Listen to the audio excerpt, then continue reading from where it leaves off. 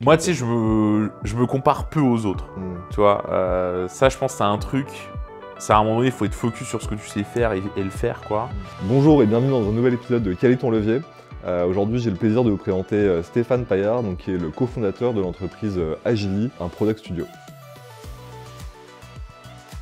Hello Stéphane, bienvenue, je suis hyper content de t'accueillir aujourd'hui parce que du coup tu as fondé une très belle boîte qui s'appelle Agili. Donc vous êtes un innovation studio, donc vous faites toute une partie design, une partie production développement de produits tech.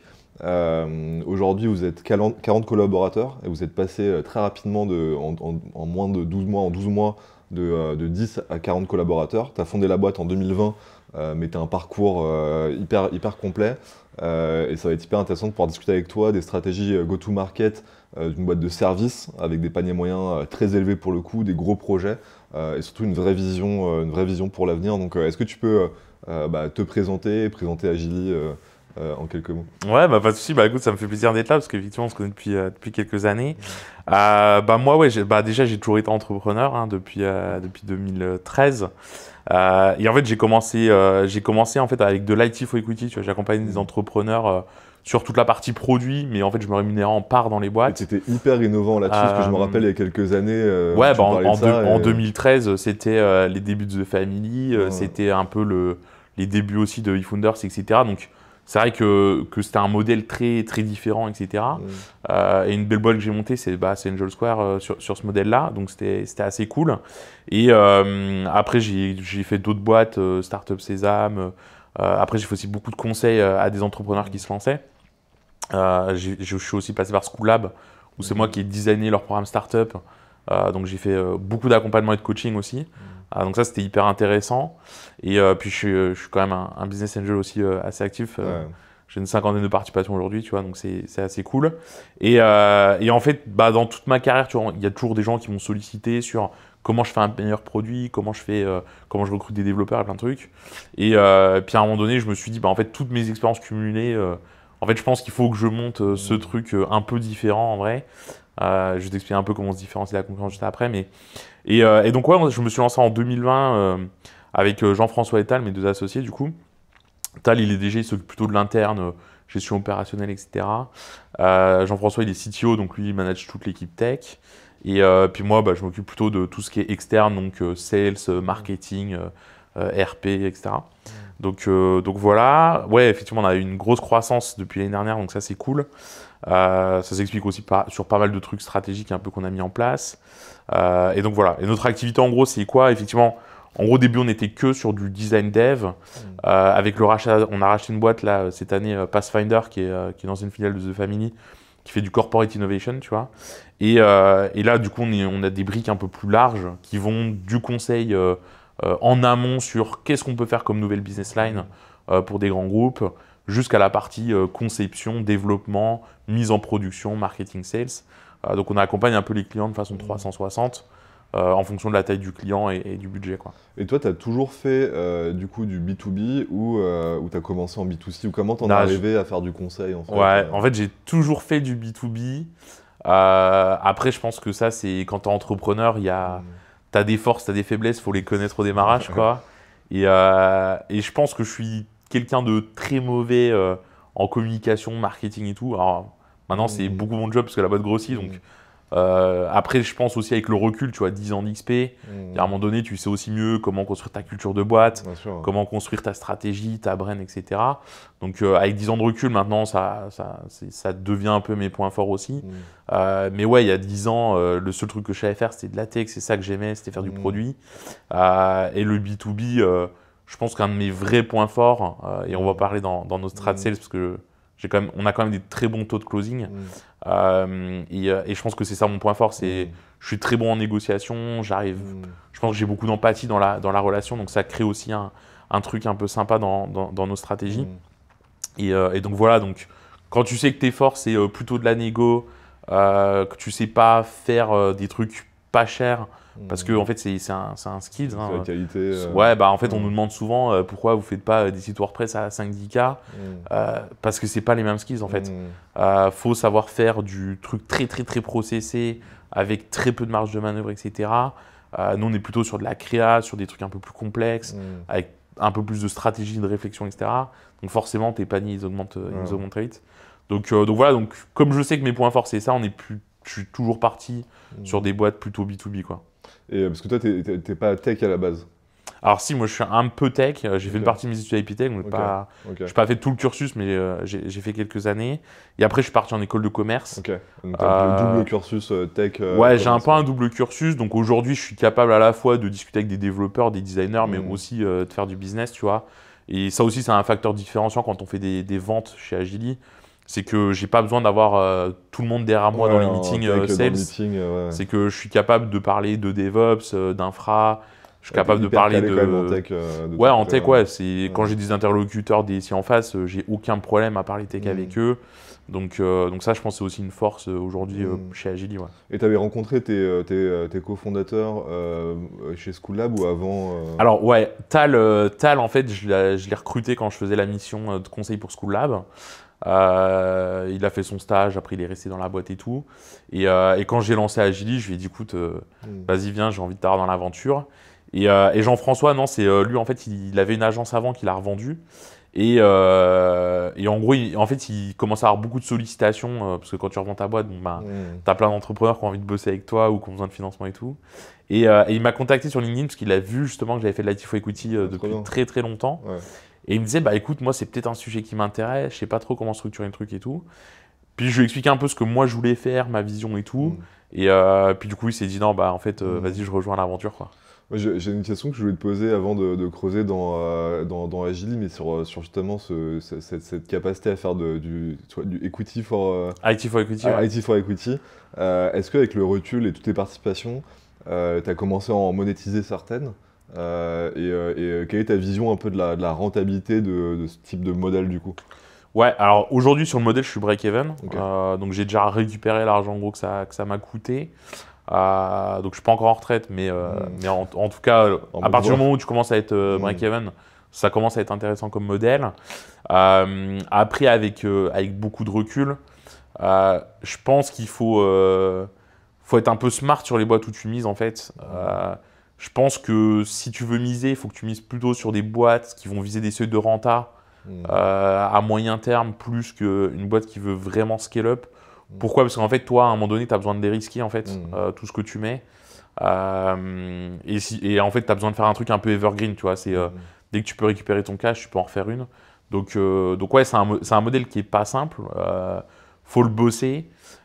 Et l'autre point aussi qui est hyper important, c'est j'ai vu plein de boîtes essayer de le faire en fait. Et je pense que le vrai facteur, c'est quand tu fais de l'IT for Equity, faut pas que tu raisonnes en mode tech product, faut que tu raisonnes comme un financier. En fait, c'est un investissement, tu dois avoir un ROI, donc tu dois forcément avoir des board meetings. En fait, il faut vraiment le cadrer comme un truc financier. Même si tu es dans l'exec et que tu fais le product avec les gars, il faut que tu aies quand même une stratégie de dire, ok, c'est un investissement financier, je suis hoc d'aller jusqu'à telle position, je sais qu'il faut remettre potentiellement s'il y a besoin de faire un pivot, mais il faut que tu aies quand même une stratégie un peu de couper des pertes, quoi, un peu comme un fonds d'invest, tu vois. Quand tu as mis 10 millions dans une boîte qui est toujours pas rentable puis que ça part en live, si tu as envie de mettre 30, peut-être pas. Donc voilà, il faut vraiment avoir un peu ce mindset un peu plus finance, quoi. Bon, je ferme la parenthèse là-dessus, mais merci, c'est intéressant. Pas de souci, t'inquiète. Sur Agili, donc sur le go-to-market, globalement, comment tu passes moi je vous ai vu exploser en fait. Comment tu passes d'une petite équipe à là maintenant 40 collabs en 12 mois? Qu'est-ce que tu fais en fait? Est-ce que tu as démarché tout le monde sur LinkedIn? Qu'est-ce qui t'a permis en fait d'avoir ce scale initial sur ton marché? Tu sais, c'est un peu comme tous les entrepreneurs, il faut que tu fasses ce que les autres font pas, quoi. Donc LinkedIn, aujourd'hui, je suis très peu actif en vrai. Alors sur 2023, je pense que ça va être une stratégie un peu plus forte parce qu'au final, 10 ans d'entrepreneuriat, j'ai forcément un réseau personnel, etc. Tu vois. Mais aujourd'hui, ça n'a pas du tout été ma strat. Aujourd'hui, c'est un truc que je fais très peu au final.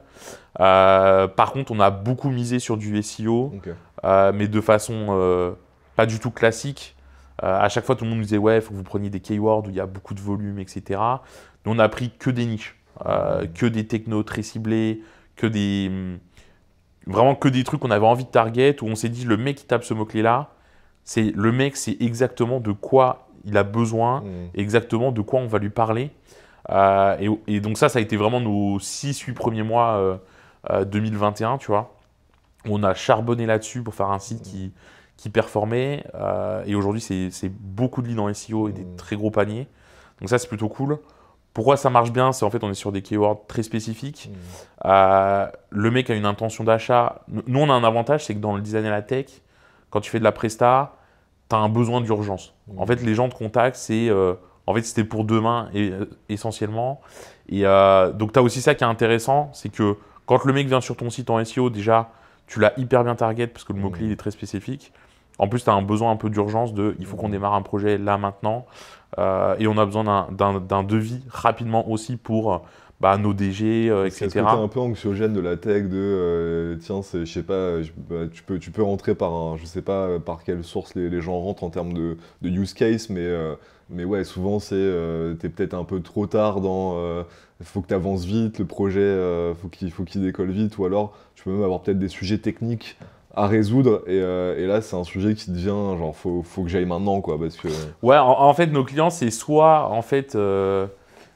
c'est déjà un peu trop tard, donc faut qu'ils rattrapent parce que leur DG, leur DSI ont dit ah bah tiens, on fait ça comme projet. Ouais. Le truc, personne s'en a un peu trop occupé, et puis last minute, bon bah en fait, faut qu'on s'en occupe, quoi. Ou sinon, c'est sur des enjeux très stratégiques de grosses refontes, où là, c'est beaucoup plus en amont, mais le truc est déjà très cadré, quoi, tu vois. Donc ça, c'est un vrai avantage, parce que quand tu as le lead qui vient à toi, bah déjà, forcément, tes taux de closing, tu as un avantage un peu compétitif, c'est un mec qui est venu à toi sur un keyword très spécifique. Mais là, c'est toi qui t'en occupais derrière de closer ces leads? Ouais, le closing, c'est moi qui m'occupe de tout à chaque fois. Pour deux raisons, c'est que la première, je pense que j'ai des bons skills en égo. Le deuxième point, c'est aussi que je comprends très vite les sujets tech et design.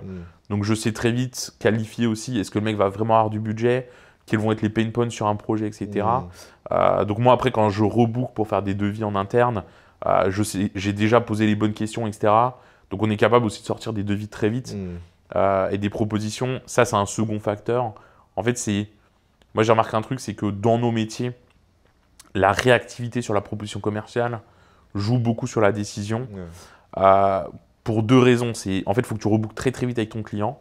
Donc il va voir que tu es là et que bon, tu as besoin d'agilité. Donc en fait, c'est un premier bon point. Le deuxième truc, c'est le mec, il a des budgets à boucler, il a des timelines, etc. Donc si tu mets trop longtemps à lui répondre, potentiellement, il est déjà passé à quelqu'un d'autre, etc.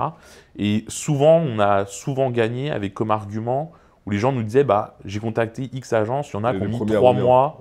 3 mois à me répondre à mon devis, quoi. Juste d'être là, quoi, en fait. De répondre présent, quoi. Et nous, on est là dans la semaine, on lui a répondu. On lui dit, tiens, on a fait tout ton cadrage, ça. Et au final, on tombe souvent sur à peu près le même budget que les autres, en vrai. Parce que tu fais les maths, tu dis, il y a tant de jours à peu près sur telle et telle partie. Mais en fait, comme toi, tu l'as fait en une semaine par rapport à sa demande et que les autres, ils ont mis 2 ou 3 mois, à un moment donné, forcément, tu te dis, attends, il arrive au même devis. Il me l'a fait en une semaine, les autres, ça fait 3 mois que ça traîne. Forcément, à un moment donné, dans la décision, ça pèse aussi beaucoup, quoi. Derrière, tu te dis, est-ce que ça va être pareil sur mon projet et ça va prendre... c'est un peu ça, en vrai. C'est un peu ça. Et donc, on a beaucoup misé sur le SEO. Moi, j'ai un peu du lead entrant par mon réseau, mais où j'active pas trop le truc encore aujourd'hui, mais je vais commencer. Là, cette année, on a aussi commencé à faire un peu des RP. J'ai été speaker à Valence, donc je commence aussi à être un peu speaker à des événements tech en Europe, qui permettent aussi de faire émerger un peu la marque. Il y a une grosse partie event aussi en tech, quand même. Ouais, je vais aussi à beaucoup d'events, tu vois, des meet-ups, des trucs comme ça aussi pour rencontrer des CTO, des C-level, ce qui me permet aussi de faire du network et d'avoir des opports. Et puis là, on commence à diversifier les canaux, donc on commence à faire du SEA avec Jonto. Et puis voilà, donc là, on commence un peu à tester d'autres canaux, parce que forcément, il faut diversifier un peu. Et après, faut analyser là où c'est le plus performant, là où tu as les meilleurs leads, etc. Mais tu es convaincu par le search globalement, SEO, SIA, de te dire, en fait, même sur notre typologie de clientèle, qui est une clientèle quand même B2B, voilà, sur des gros projets, t'as ce qu'ils font en SEA en termes de volume, quoi, et SEO. Ouais, en SEO, ouais, franchement, aujourd'hui, ça paye beaucoup. SEA, on commence, donc je vois qu'on a plus de leads qu'avant. Après, Aujourd'hui, j'ai pas encore fini de les closer, etc. Parce qu'on a commencé à travailler, je crois, il y a un mois ensemble, 2 mois, même pas. Donc on verra à la fin du, tu vois, 3-6 mois, on pourra avoir des stats précises. Mais c'est ça qui est intéressant de mentionner en B2B, c'est que dans tous les cas, tu es sur un cycle quoi, de au minimum 45 jours, on va dire. Ouais, moi en closing, ouais, minimum un mois. Même sur des startups, comme on est quand même sur des budgets, des budgets à 150, 200, 300, 400 000. Même quand tu travailles avec une startup calvée, forcément, tu as un cycle quand même d'un mois de décision. Et après, sur des plus grosses boîtes, là, ouais, tu es sur du 6 mois, 7 mois. Et tu vois, si tu es sur un grand groupe, il faut que tu négocies aussi les clauses juridiques, etc. Donc là, tu as un ping-pong avec le service juridique, tu as le DG qui dit ah oui, mais en fait, rajoutez ça. Donc là, tu as une boucle qui se crée où il faut arriver aussi à la gérer. Donc en B2B, ce qui est intéressant, c'est que tu as aussi beaucoup de négo et ton deal, il n'est jamais gagné tant que tu ne l'as pas signé à la fin. Tu vois, donc, ça, c'est un truc que j'aime bien parce que je sais qu'il faut entretenir le truc, qu'il ne faut rien lâcher jusqu'au bout. Donc ça, je pense que c'est aussi un truc qui est pas mal quand tu es sales. T'as un vrai challenge à aller le closer, le gros contrat, tu vois. Ouais, il y a un vrai... effectivement, t'as raison, il y a le lead qui arrive, mais en fait, il y a une grosse partie suite à ça. En fait, c'est le début, quoi. De réflexion. Ouais, le lead, c'est le début, quoi. Tu vois, t'as des leads qui vont pas être assez quali ou pas le budget, etc. Donc, forcément, t'en perds quand même pas mal. Puis après, dans ce compte budget, comme c'est des gros budgets, là, faut que tu fasses très bien ton taf de relance, ok, vous avez dit ça, je vous réponds ça. Puis t'as un timing qui est parfois pas non plus le tien, qui est celui de l'interne, que tu peux essayer tu peux essayer d'être là, d'être présent au sein de ce cycle de vente, mais comme tu dis, parfois c'est ok, je sais pas, c'est dans 3 mois où on est en train de prendre la décision. Ouais, après c'est ça aussi, c'est des fois tu as des projets, tu pensais les signer, et puis on te dit c'est décalé de 4 mois parce que décision de moins de plus 1. Par contre, il faut que tu te notes dans 3 mois de le rappeler pour dans 4 mois, etc. Donc ouais, tu as quand même un petit challenge de bien gérer tes trucs et tout. Mais aujourd'hui, je pense que c'est un travail qu'on fait bien parce que aujourd'hui, sur des leads qualifiés, donc c'est une fois que je sais le budget, aujourd'hui, on a 60% de taux de closing. Donc ce sont des gros taux. Donc on est sur des très bons taux aujourd'hui. Souvent, c'est plus du 20-30% là-dessus. Ouais, moi je m'attendais plus à faire ça. Et en fait, aujourd'hui, on a des très bons taux. Après, c'est pour 2 choses essentielles. Il y a aussi le positionnement qui joue. Aujourd'hui, nous, on est vraiment un product studio, donc on mélange design et tech. Et en fait, ça, je me rends compte sur le marché qu'il y a peu de gens qui le font. Tu vas avoir des boîtes qui vont être très tech comme Théodo, tu vas avoir des design studios qui vont faire que du design. Mais aujourd'hui, le fait de combiner les deux, d'avoir des équipes mixtes, pluridisciplinaires au sein d'un projet, dans les mêmes bureaux, qui travaillent au quotidien ensemble, ça, en fait, ça crée beaucoup plus de valeur. Et donc ça, c'est aussi un vrai argument où les gens ont envie de travailler avec nous. Ils se disent, ah ok, ils vont me faire un produit de A à Z, de la conception jusqu'au dev, et tu as aussi moins de friction sur le passage design to dev, où nous, on a optimisé tous les process, on travaille qu'en design system, etc., qui permet d'aller aussi plus vite. Tu vois. Mais du coup, petite question par rapport à ça, en gros, c'est quand même on va dire, deux services différents au final. Parce qu'on peut dire le design et le dev. Tu rentres par quel biais chez ton client? Est-ce que en fait, en vrai, ça dépend un peu des clients. En fait, moi, ce que je remarque, c'est que souvent, nos clients, ils viennent avec un besoin, mais ils expriment parfois pas très bien leurs problématiques. En fait, des fois, on a des clients qui vont venir, ils vont dire j'ai un problème de design. En fait, ils ont des problèmes de perf, de structuration ou de fonctionnalité, tu vois. T'en as qui vont venir en disant ouais, j'ai besoin de refaire toute ma stack tech. Ils vont même pas nous parler de l'UX et tout. Puis en fait, quand tu poses des questions, ils disent ouais, j'ai des mauvais taux de conversion, j'ai ceci, j'ai cela. Puis tu dis ouais, mais la tech ne règle pas en fait ce que tu me racontes. Et où tu dis en fait non, il faut que je te fasse un nouvel UX, qu'on retravaille les trucs qui vont pas. Et ok, tu as le sujet tech parce que des fois, tu as des boîtes qui veulent uniformiser un peu leur techno, etc. Mais fondamentalement, ça va pas changer le problème que le mec a identifié lui. Tu vois. Donc ça, c'est aussi un jeu un peu de comprendre. De se dire le vrai besoin derrière. Ouais, en fait, c'est souvent, tu as un besoin psychologique qui est plus important que juste ce qu'on te décrit. Et ça, il faut aller le chercher, quoi. Et du coup, donc aujourd'hui, toi, tu t'occupes de toute cette partie négociation, projet. Comment est-ce que tu vois la croissance côté justement market et sales? Est-ce que tu te dis, tiens, il faut que j'aille chercher un volume de leads mensuel pour derrière, si je conserve ces taux-là, je vais aller signer davantage? Est-ce que tu es plutôt dans une logique de monter ton panier moyen, d'aller chercher des projets encore plus importants? Est-ce que dans une logique de dire, bon bah maintenant je vais mettre une team en market, en sales, du SDR, etc. Comment tu vois les choses à ce niveau-là pour scaler un petit peu ce que tu fais? En gros, sur la partie market, nous on a recruté une CMO là en septembre, qui est l'ancienne CMO de chez Comet, tu sais, la plateforme de freelance. Ouais, ok. Donc qui connaît déjà un peu bien le secteur tech et prestation de services au final, parce que même si c'est des freelances, ça marche un peu pareil. Donc déjà, elle nous aide beaucoup à travailler notre positionnement, notre branding, etc. Donc ça, c'est un premier point. Et aujourd'hui, je pense aussi que, tu vois, on a une culture qui est très forte. On fait beaucoup de sujets HR interne, on promote beaucoup notre culture en externe, etc. Ouais, t'as raison, je me permets de focus là-dessus, c'est qu'en fait, les boîtes B2B maintenant service deviennent pour moi ce B2Cs, si je puis dire, et deviennent vraiment excellents dans leur positionnement, leur branding, et que c'est quelque chose qui est ultra important derrière pour aussi aller acquérir des clients. Ouais, aujourd'hui, en fait, c'est hyper important parce que pour moi, en fait, pour moi, le marché, tu vois, mon secteur d'activité, il est très fragmenté. Tu vas avoir des boîtes comme Théodo, un peu jeune, petite taille, parce qu'une ESN et SS2I, tu vois, de 100 personnes, c'est petit en fait sur notre marché. Et après, tu vas avoir des Capgemini en face, tu vois, qui gagnent des très gros contrats, etc. Mais au final, si tu regardes Capgemini l'année dernière, c'est, je sais plus, c'est 23% de démission, je crois, comme énorme, ça. Ouais. C'est des taux en SS2I incroyables. Pourquoi ? En fait, c'est parce qu'il y a des cultures en général qui sont pas... qui forcent pas l'excellence, tu vois, c'est je vends du TJ, je place des mecs chez des clients.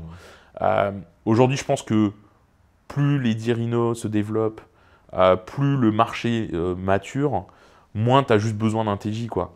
Tu as besoin d'un mec qui va t'apporter une expertise en plus, une expertise produit, qui va te créer des feature teams qui vont travailler que sur une feature de ton produit, etc. Donc aujourd'hui, le marché il est un peu en train de tendre vers ça.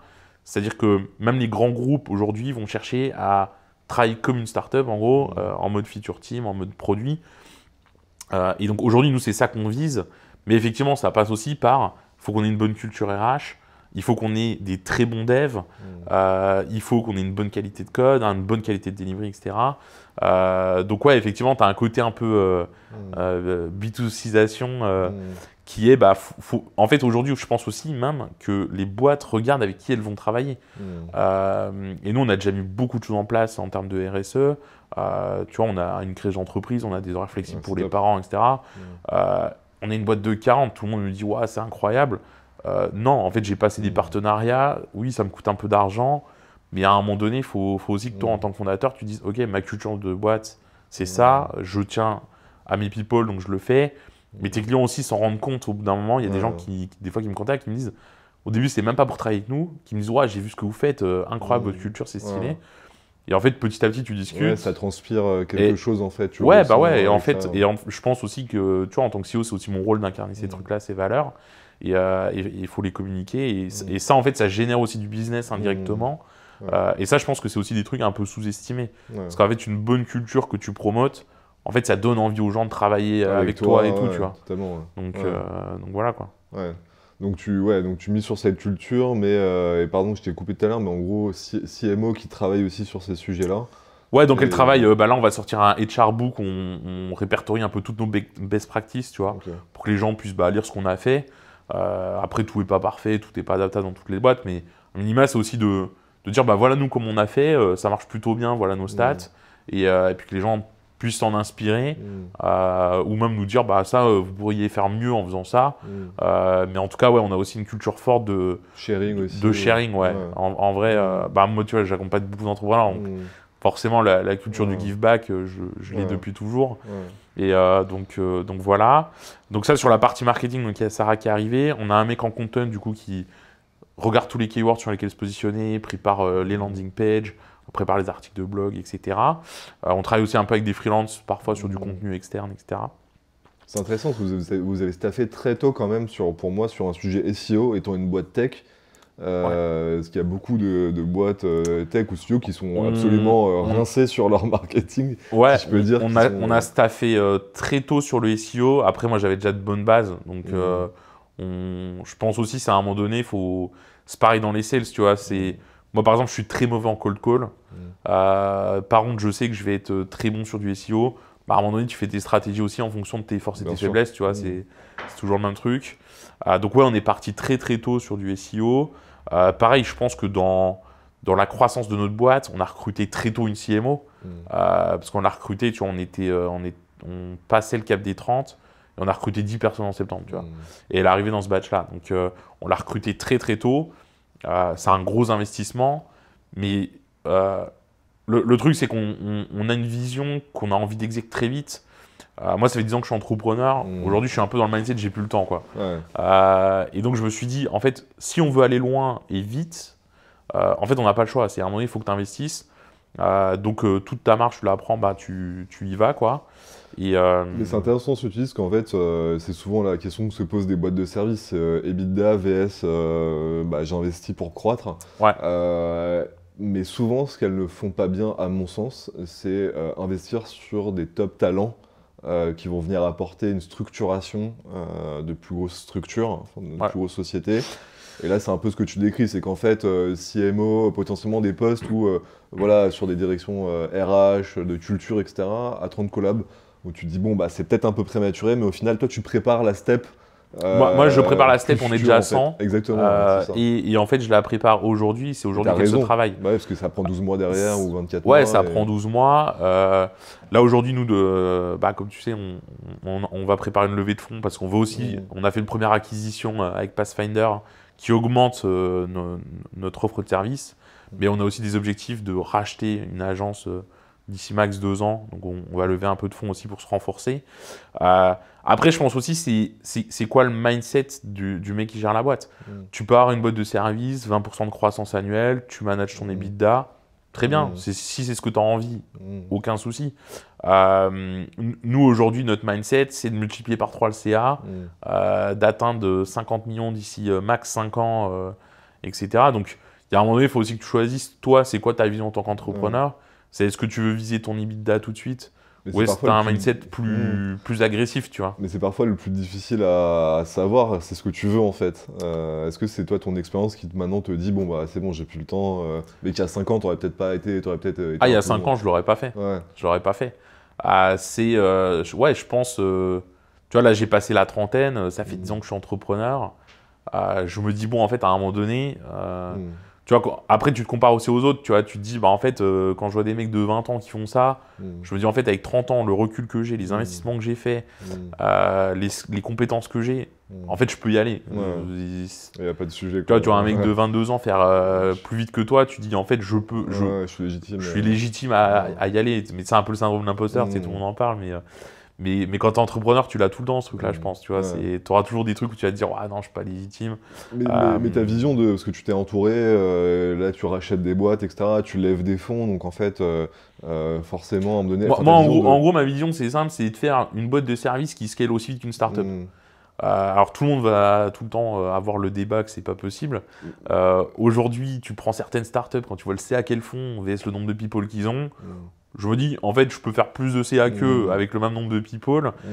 Donc, en fait c'est scalable. Alors oui, il faut gérer de l'humain, il faut gérer de la presta, etc.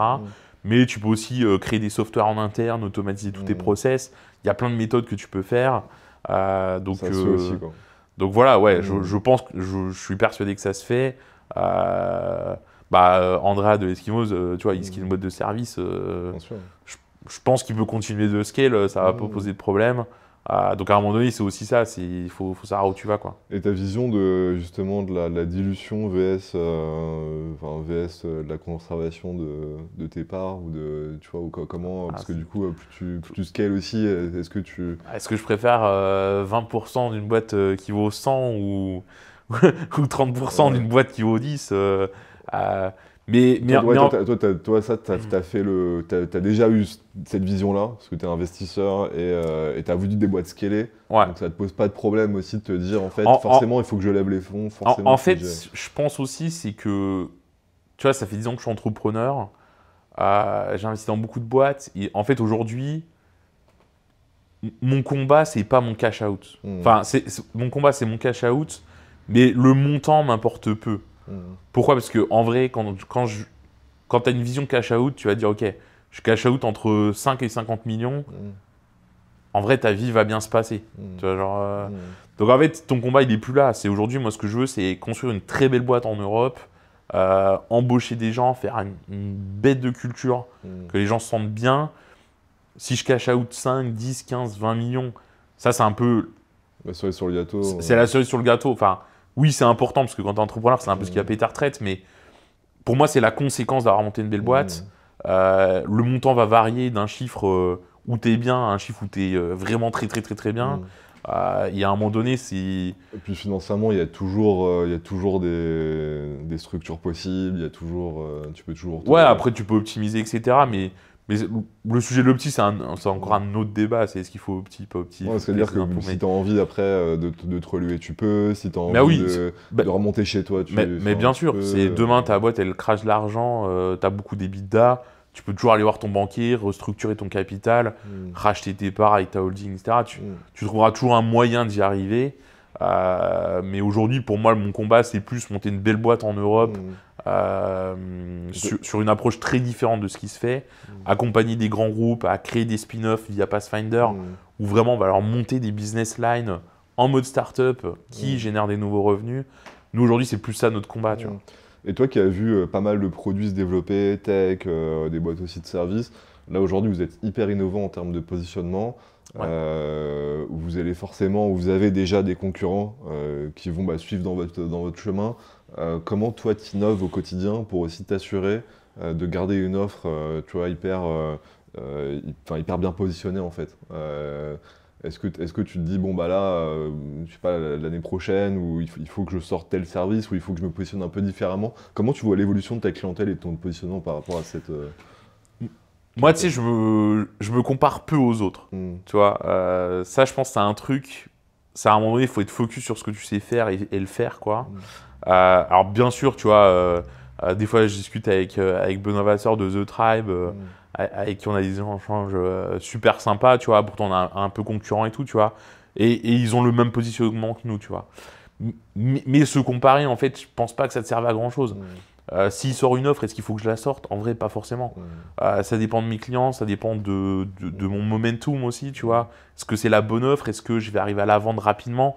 Donc en fait, c'est plutôt te dire, ok, en fait, il faut que je sois très bon sur ce que je fais, que mes clients rachètent. Nous, tu vois, on est en train de mettre en place des OKR et tout. Un des gros OKR, c'est de dire 40% de nos clients doivent racheter tout le temps. Parce qu'en fait, on a envie de créer des produits qui évoluent dans le temps, qui rapportent de l'argent à nos clients. Et notre principe, c'est de se dire, si le produit qu'on lui a construit lui rapporte de l'argent, il va réinvestir encore chez nous pour redévelopper son produit. Et nous, c'est vraiment ça qu'on veut. C'est accompagner des boîtes à créer des vrais bons produits sur du long terme et générer des bénéfices, tu vois.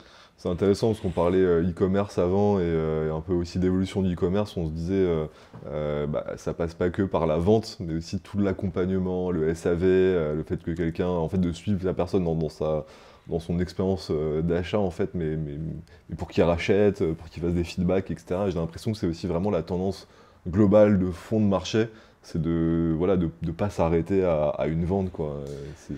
Ouais, puis moi je suis sur un marché, tu sais, où le résultat compte peu, tu vois, au final. Et aujourd'hui avec Pathfinder, tu vois, quand on lance des spin-offs avec des grands groupes, il y a une partie de l'investissement qui est fait de notre part, et on est incentivé à l'exit et on fait des TJ plus bas que le marché. Je pense aussi, nous, une des forces qu'on a sur notre business, c'est de chercher tout le temps à aligner nos intérêts. Alors, tu as des clients qui ne voudront pas forcément, etc., tu vois, parce que c'est aussi leur core business, etc. Mais nous, ça ne nous pose pas de problème, tu vois. Je fais de l'IT for Equity depuis 10 ans. Aujourd'hui, si un client il me dit tu me fais 30% de moins, mais tu as 5% de notre CA si tu m'aides. Aujourd'hui, je fais, je sais pas, 10 millions, je veux passer à 20, tu prends un fils sur la Toi, ça ne pose aucun problème de t'engager Non, moi, ça me pose aucun problème. Parce qu'en fait, aujourd'hui, je pense que si tu veux monter une belle boîte de service dans ce qu'on fait, en fait, il y a un moment donné, il faut que tu t'engages. En fait, il faut arrêter de vendre du TJ, d'un truc qui ne délivre pas, tu as cramé du budget. Et en fait, même toi, en tant que boîte de service, à un moment donné, si tu vois qu'un projet n'avance pas assez, c'est aussi toi de dire, écoutez, je pense en fait que ce projet, il n'est pas bon, les sales ne marchent pas, le market ne marche pas. Quel est le problème? Peut-être tu as un positionnement de produit, peut-être tu as des réflexions, mais à un moment donné, il faut que tu dises, ok, en fait, je suis prêt à y aller avec toi. Par contre, on partage à la fin, quoi, tu vois. Ouais. Donc après, c'est vrai que nous, on a un mindset très entrepreneurial finalement dans ce qu'on fait et on est prêt à l'appliquer avec nos clients, donc ça, c'est plutôt cool, tu vois. Ouais, mais du coup, ce qui fait aussi de ta proposition de valeur quelque chose d'hyper attractif parce qu'il n'y en a pas beaucoup qui sont prêts à s'engager, à mettre les moyens. Bah ouais, là, tu vois, prends un risque à chaque fois. Là, quoi, on a aussi. signé un client, tu vois, ils avaient des stats pas terribles en mobile sur du PHP et tout. Contractuellement, nous, on s'est engagé. On a dit, OK, nous, on target ça. Ouais. On va designer et développer de façon à ce que tes stats, ça soit ça. Ça, c'est top. Point. Ouais. Et, mais en fait, aujourd'hui, je pense que c'est obligatoire. En Ouais, fait, je suis d'accord avec toi. faut arrêter de monter des boîtes de service où c'est quoi? C'est on verra. Ouais, je suis d'accord avec toi. Tu prends le risque. Peut-être je ferai pas mon travail.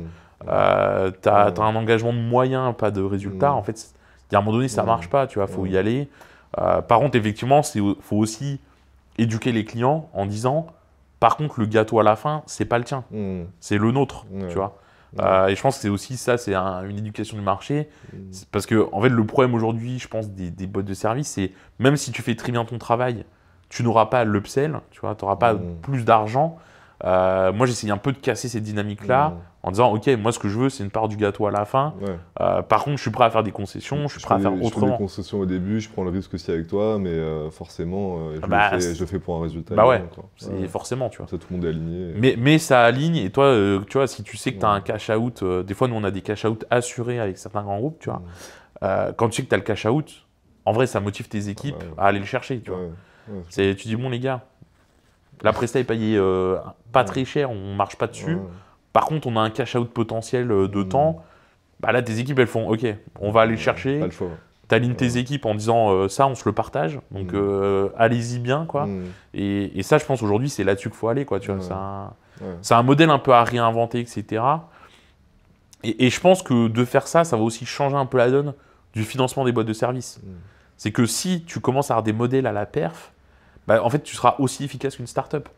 En fait, si tu aides très bien ton client et que tu as une part du revenu de ton client à la fin, bah, en fait, ton revenu peut être exponentiel quand ta team ne l'est pas, tu vois. Non, puis en plus, en termes d'innovation de modèle d'affaires, c'est aussi hyper intéressant parce que tu as peut-être aussi, après, tu peux te spécialiser dans différents je sais pas, services ou industries où finalement tu connais extrêmement bien les tenants et les aboutissants.